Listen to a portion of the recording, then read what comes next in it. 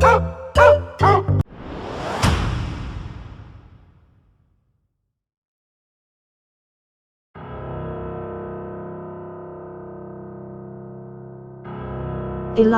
Journal Entry 5.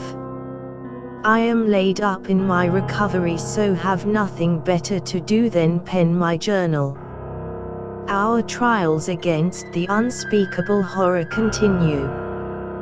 The Scarlet Shadow uncovered a secret tunnel that allowed him passage all the way back to Hambrook Manor.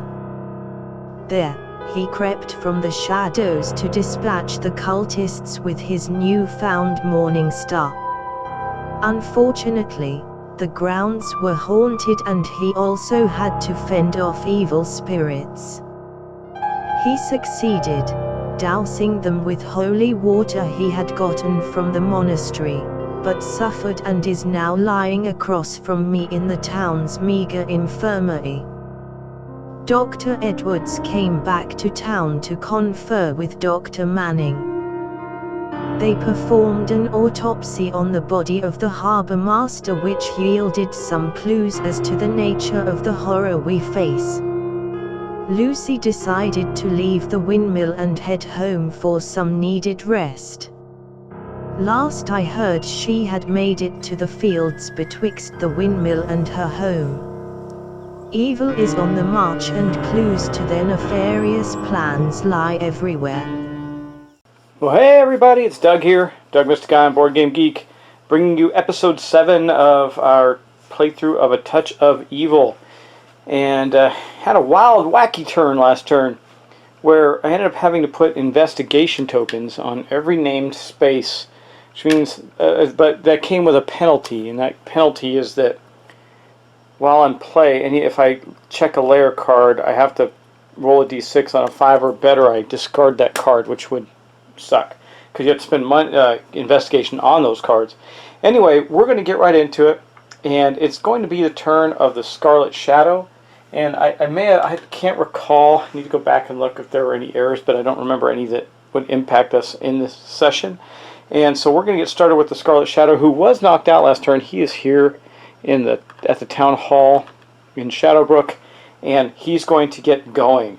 So, based on what you saw last episode, you know what we're up against. Let's get to it. Okay, well, let's get to the movement phase of the Scarlet Shadow. We're going to roll for him. We roll a whopping 1, which is there's a -1 because of the fog, but it's a minimum of 1.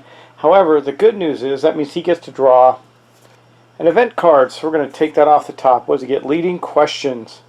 Play as an action to immediately gain a D3 investigation. Well, he doesn't need that right now himself, so we're going to put that to the side with our other cards. Remember, anybody can use those cards in the group. And then we're going to move 1, and I'm pretty sure I know what I want to do here. I thought about this before. He's going to go take on these guys, pick up these investigations, and buy some stuff out of the blacksmith shop. So he's going to move to the blacksmith, where there is a Crimson Hand enemy, as well as a militia to help him fight, which gives him an extra wound and a +1 combat die. So he is going to fight the Crimson Hand there. Now remember, he's got his flail, which gives him a +2 combat, and his combat is 4, so he's already starting with 2, 3, 4, 5, 6 dice against the Crimson Hand there. And then he's going to get an additional 1 for the militia. So he's got 7 dice. He's going to get to roll against the Crimson Hand that is on the space. Some cultists, the ones that actually chased off Eliza the Witch Hunter. Let's hope he does really, really well. I want to get these shuffled up. Well, there you go. You got 3 hits. Not quite enough to kill them, I think. They have 4 wounds. So we're going to take some wounds. 1, 2, 3, 4. Now that means if they survive next turn, they're going to hit him really hard, because they're going to get +1 die for every wound that he has, but they're going to get to attack him back. The first round of that fight, they're going to get 2 dice, of which they got 1 hit. So the Scarlet Shadow takes 1 hit with his 3, and that's where he's at. So for his next round, you know what I should have done? I should have used his cross. Once per fight round, you may pay 3 investigation to add your spirit to your combat. I think we're going to do that on this. Well, now I got him almost dead. I'm more worried about them hitting him back than them killing him. Yeah, let's keep going. So basically, we're going to get his dice back again. I'm sure he's going to kill him. Well, actually, you know what? We can. Well, I'm going to leave this. I'm going to have him take that wound so I can continue to get the +1 combat. The militia did not die. I don't remember if you have to take them first or not. But let's roll. So yeah, he definitely took out the Crimson Hand there. They're going to die. And then I'm going to roll. But unfortunately, we're going to roll 2 dice plus. Sorry, this should 4. So this should be 3 because they take 4 wounds. So 2 dice plus 1, 2, 3. So 5 dice back against him. Let's see. Oh man! Oh no! Oh god! We have had the worst luck here. I don't think I have any cards that can stop this from occurring. I do not. I should have used his spirit the first round to kill him, but I did not because I wanted to save the investigation. And what does that mean? Well, that means he's going to take another 4 wounds total. That was a devastating blow, which is going to knock him out again. Booyah! So he didn't get to do anything, and it's also going to kill this militia. And now we're going to roll a d6. So first off, he does gain 5 investigation for killing the Crimson Hand there. So he's going to get another. He's got 15 right now. So the only drag about this is that he's not going to get to buy stuff this turn. It kind of sucks. We're going to take all these dice off though, and I got to roll a d6 to see how much he loses. So he lost 1. So I'm going to cash one of these 5s in and give him back 4. So the Scarlet Shadow now has 14 investigation, and he is knocked out again. What a bummer. Well, worse things could happen, I guess. Okay, let's make sure I keep everything right here. Now we're going to move on to Eliza. Eliza is here again in the town center. You know what? I didn't get to encounter the space yet. I had to fight that guy, so he didn't get the event card from there. Okay, let's roll for Eliza. She rolled a 6, which is a 5. She can get a lot of places. She's got the lowest honor, and so, well, let me think about this. You know what, though? She has, like, no cards from any place. So I think what we're going to do with her is we're going to take her up to the windmill. We're going to go 1, 2, 3, 4. And before she does anything else there, she's going to make a cunning test of 3. For every 5 plus, she can pick up one of those investigations. So we're going to do that. She failed at all of it, of course. I'm having very bad luck with that. And then she's going to get to encounter the windmill. Okay, there is the windmill deck. Let's see what she gets a hold of here. Broken spectacles. Cracked and twisted. These glasses bear a striking resemblance to those worn by Dr. Manning. Make a cunning 5+ test. Gain 1 investigation for every 5 rolled. If you roll at least 1 6, you may also look at the secret of Dr. Manning. Well, we already know his secret, so that's not incredibly helpful. But we will put the deck away so we can roll the dice. And we're going to roll. Again, she's got a cunning of 3. So if she gets a 5+, she gets an investigation. Well, she got 1. Whoop-dee. She gets 1 whopping investigation out of that. And we already know his secret, and she did not roll a 6 anyway. So that is the end of that for her. She really can't do anything more. She already attempted to pick up the investigation that was there and failed. So that is going to be the end of her turn. And there's a lot of things holding us back here. If we don't start getting some stuff to go after the boss, he's just going to get tougher and tougher, and we won't be able to beat him. The boss being the unspeakable horror. It's not a computer game, I know, but he is the boss monster. Okay, and then next up, we're down to Dr. Edwards. He is here at the doctor's office. Let's roll and see what he gets for movement. He gets a 3, which is a 2. I think he doesn't have much in the way of money either, but I think that he's going to go 1, 2 to the blacksmith as well. He'll make a cunning, or let me see, which one? Probably cunning for him. 3 dice, yeah. He's going to make a cunning test to see if he can pick up those 2 investigations. Of course not. He rolled virtually nothing, but he does get an event card. Got awful rolls in that stuff. Shocking discovery. Choose a town elder with 1 or more unrevealed secrets. Reveal one of those secrets. Gain 2 investigation for a little secret, 4 investigation for anything else, or play as an action to automatically collect any investigation in your space without having to make a roll. but I get to reveal secrets. I think we'll do that. We're going to reveal secrets. I could collect those 2 investigation, but I think we're going to reveal the secrets of Lord Hambrook. Let's take a look at him. It says gain +1 fight dice in a showdown, which is good. Lord Hambrook must be wounded twice to be killed. So we're going to look at his secret, and hopefully it's not too bad. Darkest secret. Just wonderful. You know what this means, right? The elder either is the villain or is in the direct control of the villain. If revealed, the town elder immediately flips to become the evil elder and joins the villain. Do not discard this secret. Guys, we're not going to win this game, I can tell you that right now. He is now the Lord of Madness, and he's joining Sophie the Vixen to beef up the villain. All of our elders are evil except for, well, Dr. Manning, who's just not a good guy. Putting this with running out of room. I got so much stuff going on with the bad guy. That's awful. Okay, that ends, well, no, that doesn't end his turn, but it does give him 4 investigations for that event. So I'm going to get those out. He's got a decent amount of investigation now, so we're going to take a look at some town items, see what he can buy. So we're going to flip those up one at a time. We get the Charmed Relic, which, wait, you know what? I must not have shuffled these. I'd probably just put it back on top.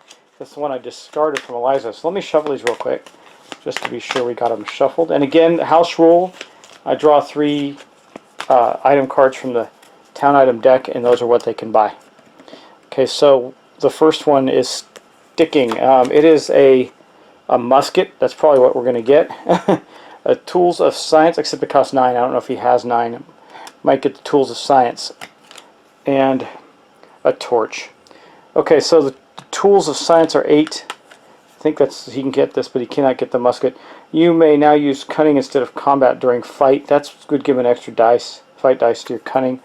The muskets and gives him a combat bonus, and it says the torch says you may ignore the effects of the keyword weather. Once per fight round, you may force an opponent to reroll 1 of their fight dice against you. After each use, roll a d6 on a 1 or 2. The torch dies.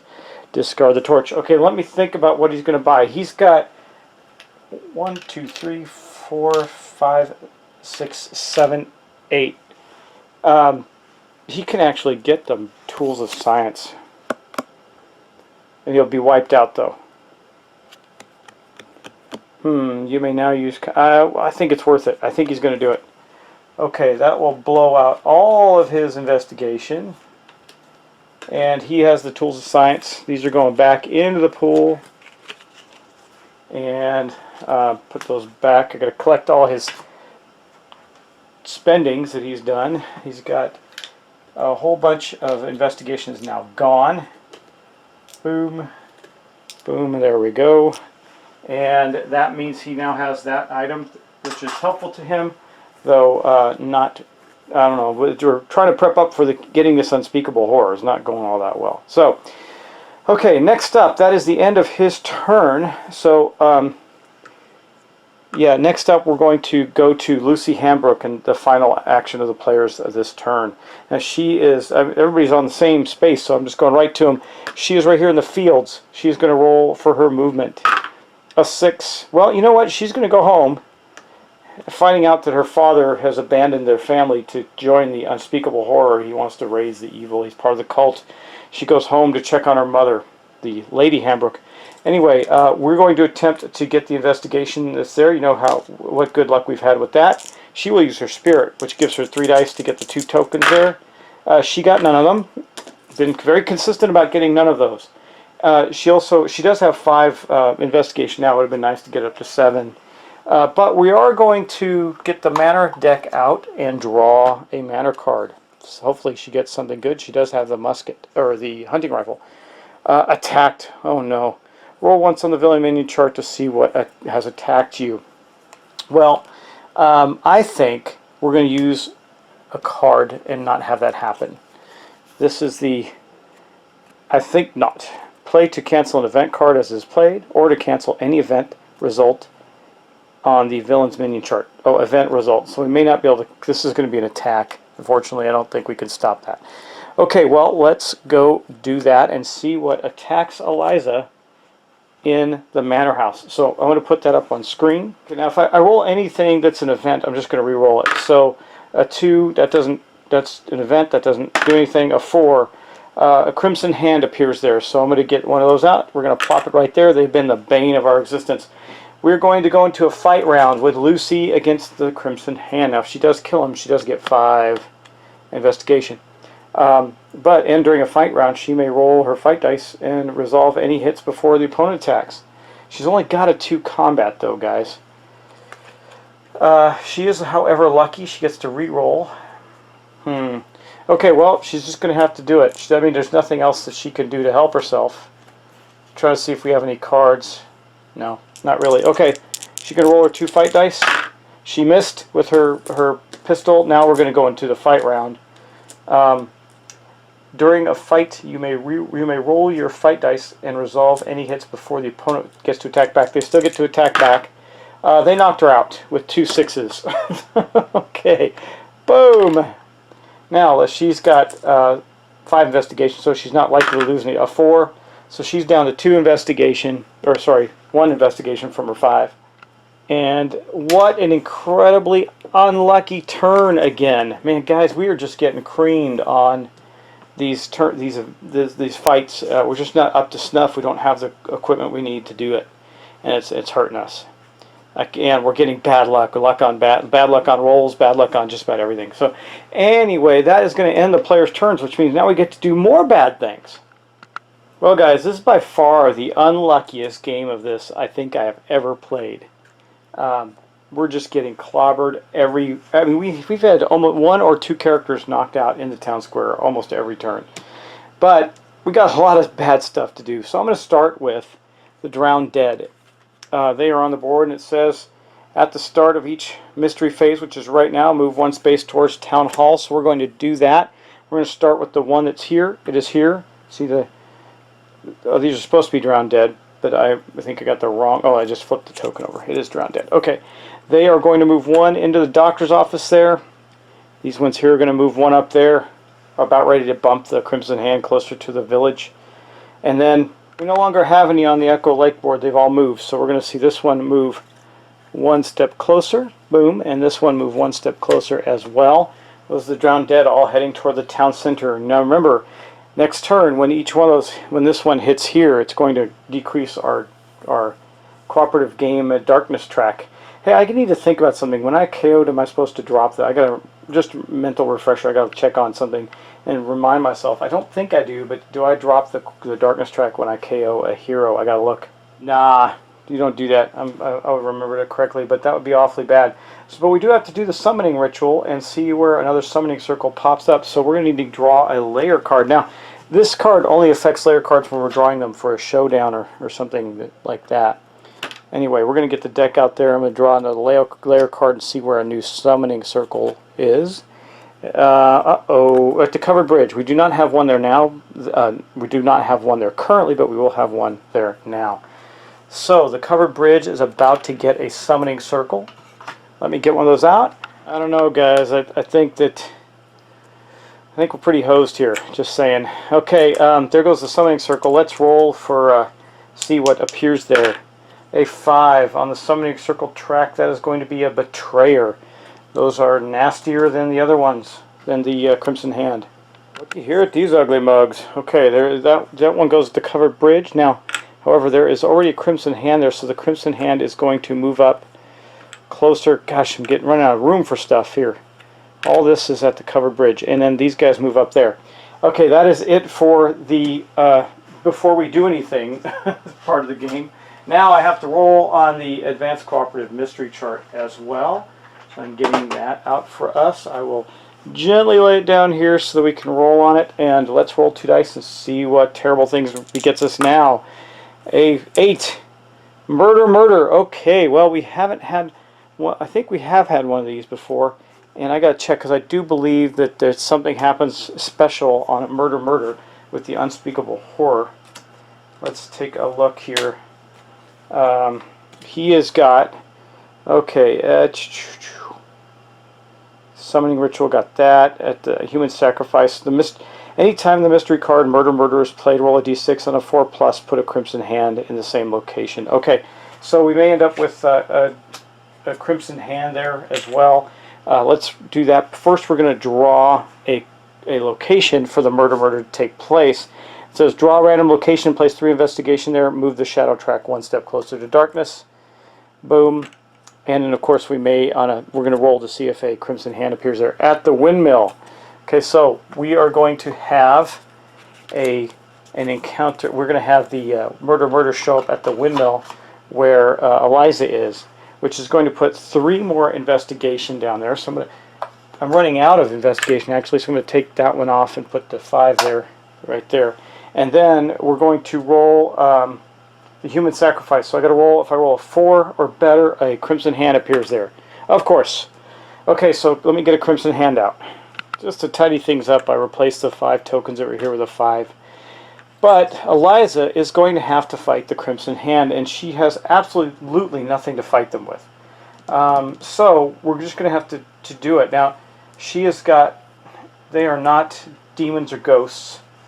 Are they magic? I don't believe so. Let me look at their keywords. Minion, man, no. So she gets no bonuses against them. And she's just going to have to fight them or flee. I think, well, she has to do 1 fight round with them. So we're going to roll her 2 dice. Boom. 2 hits. Well, that's good. That's good. I don't know if I want to risk fighting them because she needs 2 more hits to kill them. And then they're going to roll back with 2 dice. 1 hit on Eliza. So she has now got 1 wound. I think... Do I want to try and take them on again? I mean, she's got nothing to lose. Might as well fight them. Except this is the mystery phase. If he does go down, then I'm going to be out of luck, and they're going to roll 4 dice this turn to my 2. I think she's going to flee. So she's going to flee down to here. Well, she's going to flee here because she can head over to the manor. Well, no, she's going to the town. She's going to flee there. Okay, that ended the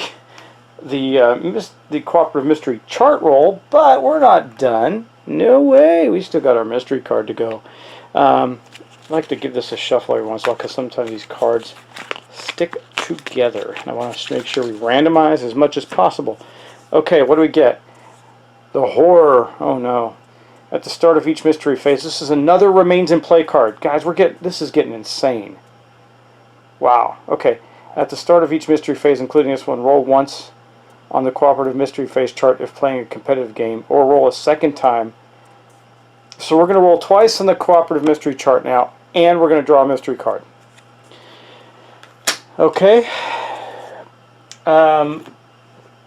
This is where this game can suddenly become not so fun. Okay. I mean, we got 4 cards to track every turn. The Fog, the Drowned Dead, the the evil on the move, and now the horror. So that doesn't do anything this turn, but it sure will next turn. Anyway, guys, I do have to move down our cooperative track down to 14, so that has gone down 1 from the murder mystery, and that's going to be the end of that, guys. So might as well get rid of these. These aren't going to carry over. Anyway, guys, thanks for watching. Thanks for enjoying this playthrough. I hope you're enjoying it. It's getting crazier by the minute, and I hope to talk to you soon. I'm looking at this. I don't think we're going to win, but we still have our darkness track still pretty high. We still got some opportunity, but with the elders all running off to fight with the evil and all these remains in play cards coming out, I don't know. And all the Drowned Dead and all the Crimson Hand now on the board. We're in a lot of trouble. So anyway, guys, thanks. I'll talk to you next time.